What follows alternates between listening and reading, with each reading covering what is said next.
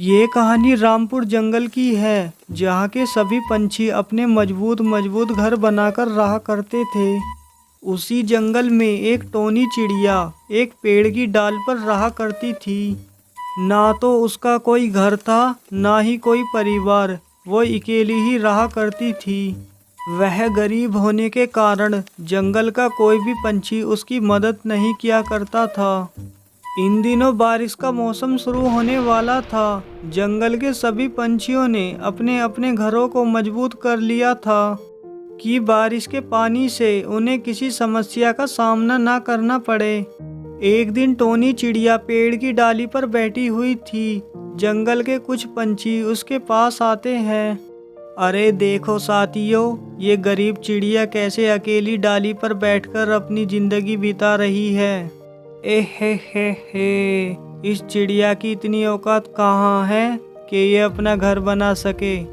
अरे घर की तो बहुत दूर की बात, इस चिड़िया की तो घोंसला बनाने की औकात नहीं है। इसी तरह जंगल के सभी पंछी टोनी चिड़िया की गरीबी का मजाक उड़ाते हैं और वहाँ से मजाक बनाकर चले जाते हैं। आखिर भगवान जी, मैं इतनी गरीब क्यों हूँ? ऐसा क्या करा है मैंने जो मैं दुनिया में सबसे गरीब हूँ? ना ही मेरे पास मेरा परिवार है और ना ही मेरा घर। टोनी चिड़िया उस पेड़ पर बैठकर अपने भाग्य को कोसती रहती है। देखते ही देखते रात हो जाती है और टोनी चिड़िया उदास होकर उसी पेड़ की डाल पर सो जाती है। तभी अचानक बहुत तेज बारिश होने लगती है। बारिश होने के कारण टोनी चिड़िया पेड़ से सोती सोती नीचे गिर पड़ती है। अगला दिन सुबह होते ही जंगल के कुछ पंछी टोनी चिड़िया के पास आते हैं। अरे जरा देखो इस गरीब चिड़िया को, कैसे फटका खाकर जमीन पर पड़ी हुई है। इसीलिए कहते हैं कलमुही, जंगल के सभी पंछियों को बारिश शुरू होने से पहले ही अपने घरों को मजबूत कर लेना चाहिए। मेरे सिर में चोट लगी है, मेरी कोई मदद करो, मुझे बहुत तेज दर्द हो रहा है, मैं कल रात से यहीं पर पड़ी हूँ। अरे हट हट गरीब चिड़िया, तेरे से हाथ लगाकर हमें अपने हाथ गंदे नहीं करने, पड़ी रह यहीं चुपचाप। सारे पक्षी टोनी चिड़िया का मजाक बनाकर उसे उसी हालत में छोड़कर वहाँ से चले जाते हैं। टोनी चिड़िया पूरी हिम्मत लगाकर वहाँ से उड़कर एक बांस के खेत में जाकर बैठ जाती है। सारे पंछियों ने ठीक ही कहा था, मुझे एक अपना घर बना लेना चाहिए, वरना बारिश में मेरी हालत खराब हो जाएगी। लेकिन मैं घर कैसे बनाऊं? मेरे पास तो इतने पैसे भी नहीं हैं कि मैं एक घर बना सकूं। कुछ देर सोचने के बाद टोनी चिड़िया को अपने सामने रखी बांस की लकड़ियां दिखाई देती हैं। उन्हें देखकर टोनी चिड़िया के दिमाग में एक आइडिया आता है।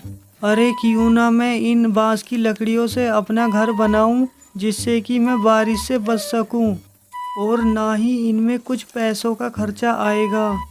तभी टोनी चिड़िया वहाँ से बांस इकट्ठे कर कर ले जाती है और उसी पेड़ की डाली के पास ले जाकर उन बांसों से अपना घर बनाने के लिए लग जाती है।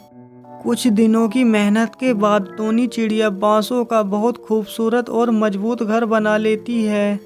कुछ दिनों बाद जंगल में बहुत तेज तूफान आता है, जिसे कि जंगल के सभी पक्षियों के घर भी नहीं झेल पाते और सभी पक्षियों के घर वहीं टूटकर गिर जाते हैं।